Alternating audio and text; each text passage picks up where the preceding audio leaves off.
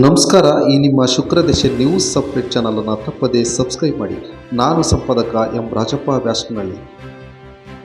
ಜಗಳೂರು ಸರ್ಕಾರಿ ಸಾರ್ವಜನಿಕ ಆಸ್ಪತ್ರೆ ಆರೋಗ್ಯ ಮತ್ತು ಕುಟುಂಬ ಕಲ್ಯಾಣ ಇಲಾಖೆ ವತಿಯಿಂದ ಹಾವು ಕಡಿತ ಪ್ರಥಮ ಚಿಕಿತ್ಸೆ ಬಗ್ಗೆ ವೈದ್ಯರುಗಳಿಂದ ಪ್ರಥಮ ಚಿಕಿತ್ಸೆ ಬಗ್ಗೆ ಮಾಹಿತಿ ಮತ್ತು ಕಾರ್ಯಕ್ರಮ ಹಮ್ಮಿಕೊಳ್ಳಲಾಗಿತ್ತು.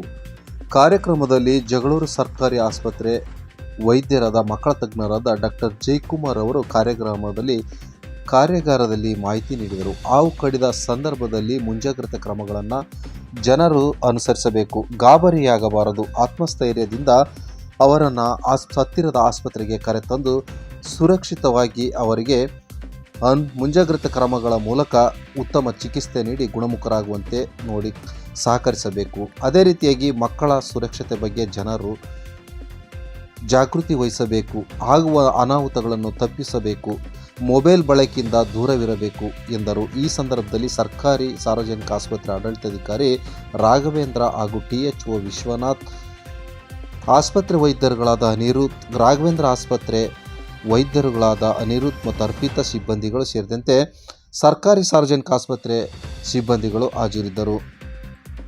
ಇದು ಮೂಲ ಉದ್ದೇಶ ಏನಂತ ಹೇಳಿದ್ರೆ, ಸುಮಾರು ಮುಂಚೆ ನಾವು ಪ್ರಾಥಮಿಕ ಆರೋಗ್ಯದಿಂದ ನಾನು ವರ್ಕ್ ಮಾಡ್ತಾ ಇದ್ದಾಗ ಅಲ್ಲೂ ನಾವು ಸ್ನೇಕ್ ಬೈಟ್ ಟ್ರೀಟ್ ಮಾಡ್ತಾ ಇದ್ವಿ. ನಾವು ASB ಹಾಕ್ಬಿಟ್ಟು ಆದಷ್ಟು ಬೇಗ ರಿಫರ್ ಮಾಡ್ಬೋದು ಹಂಗೆ ಮಾಡೋಂಗಿಲ್ಲ ಆಗ್ತೀವಿ. ಅಂದರೆ ಅವಾಗ ನಮಗೆ ಅದು ಭಯ ಇರ್ತಿತ್ತು.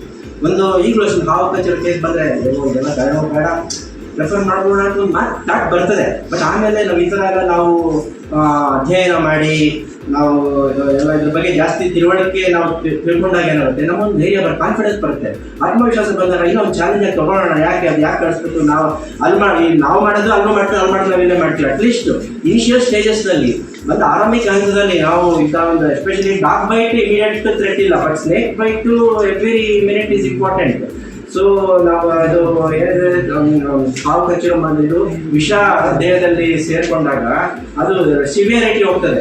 ಸೊ ಅಂಥ ಟೈಮಲ್ಲಿ ಎಷ್ಟು ಬೇಗ ನಾವು ಶೀಘ್ರವಾಗಿ ನಾವು ಆ್ಯಂಟಿಸ್ನೇಕ್ ವೆನಮ್ ನಾವು ರೆಕಗ್ನೈಸ್ ಮಾಡಿ ನಾವು ಅದನ್ನು ಆ್ಯಂಟಿಸ್ನೇಕ್ ವೆನಮ್ ಹಾಕ್ತೀವಿ, ಆವಾಗ ಅಷ್ಟು ಬೇಗ ಜೀವ ಉಳಿಯುತ್ತೆ. ಎಷ್ಟೋ ಜೀವಗಳು ಉಳಿದಿದೆ ನಮ್ಮ ಆಸ್ಪತ್ರೆಯಲ್ಲಿ. ಅದು ನಾನು ಕೆಲವರ ನಾನು ನಿದರ್ಶನ ಕೊಡ್ತೀನಿ ನಾನು. ಸೊ ಇದೆಲ್ಲ ನಮ್ಮ ಮಾತ್ರ ತಿಳ್ಕೊಂಡಿದ್ರೆ ಸಾಜು.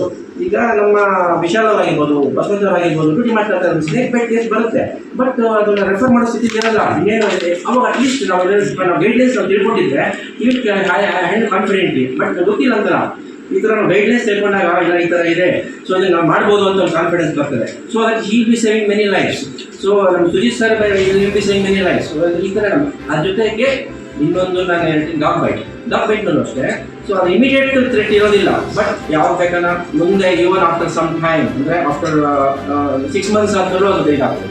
ಅದರ 2 ವರ್ಷದ ಮಕ್ಕಳು ಇರ್ಬೋದು, ಅರ್ಧ ಬಕೆಟ್ ನೀರು ತುಂಬಿದೆ ಹಂಗೆ ಹೇಳ್ಬೋದು. ಮತ್ತೆ ಒಂದು ಸ್ಪಾಟ್ ನಮಗೆ ಒಂದು ಪೋಸ್ಟ್ ಮಾರ್ಟಮ್ ಮಾಡೋಕ್ಕೆ ಎಷ್ಟು ಹಿಂಸೆ ಆಗುತ್ತೆ ಅಂತ ಹೇಳಿದ್ರೆ ಅಷ್ಟು ಹಿಂಸೆ ಆಗುತ್ತೆ.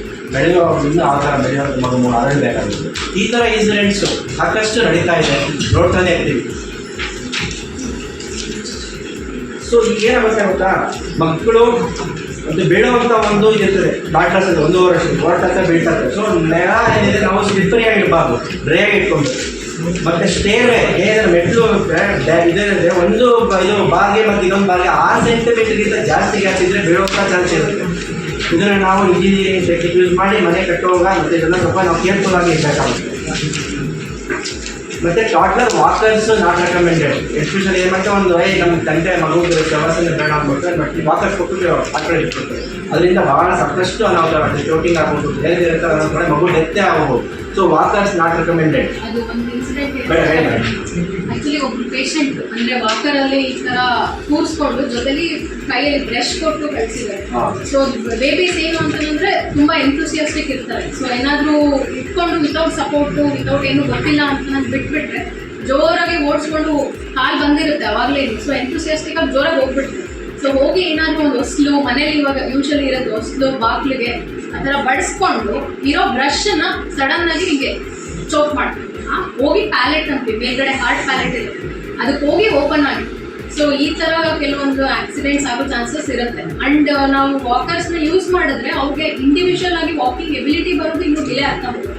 ಸೊ ಬೆಟರ್ ಟು ಅವಾಯ್ಡ್, ಅದರಿಂದ ಆಗೋ ಆಕ್ಸಿಡೆಂಟ್ಸ್ ಕೂಡ ಅವಾಯ್ಡ್ ಮಾಡಬೇಕಾಗುತ್ತೆ. ಇಲ್ಲಿ ನಾವು actually just basic first aid symptoms ಮಾಡಿ even suturing was also very difficult. ಮತ್ತೆ ಪ್ಲಾಸ್ಟಿಕ್ ಸರ್ಜರಿ ಹತ್ರ ಕಳಿಸಿ ರಿಹಬಿಲಿಟೇಷನ್ ಮಾಡಿಸಿದ್ರು. ಕನಿಷ್ಠ ಒಬ್ಬ ಪೋಷಕರಿಗೆ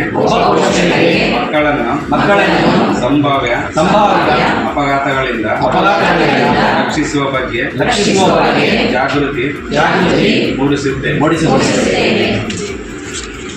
ನಾವು ಚೇಂಜ್ ಮಾಡಿ ಮೊದಲು ಚಂದಮಾಮನ್ ತೋರಿಸಿ ಮಾಡ್ತಾ ಇದ್ವಿ, ನಮಗೆಲ್ಲ ಗೊತ್ತಿದೆ ಹಳೆ ಇದ್ರಲ್ಲಿ. ಈಗ ಆ ಥರ ಇಲ್ಲ.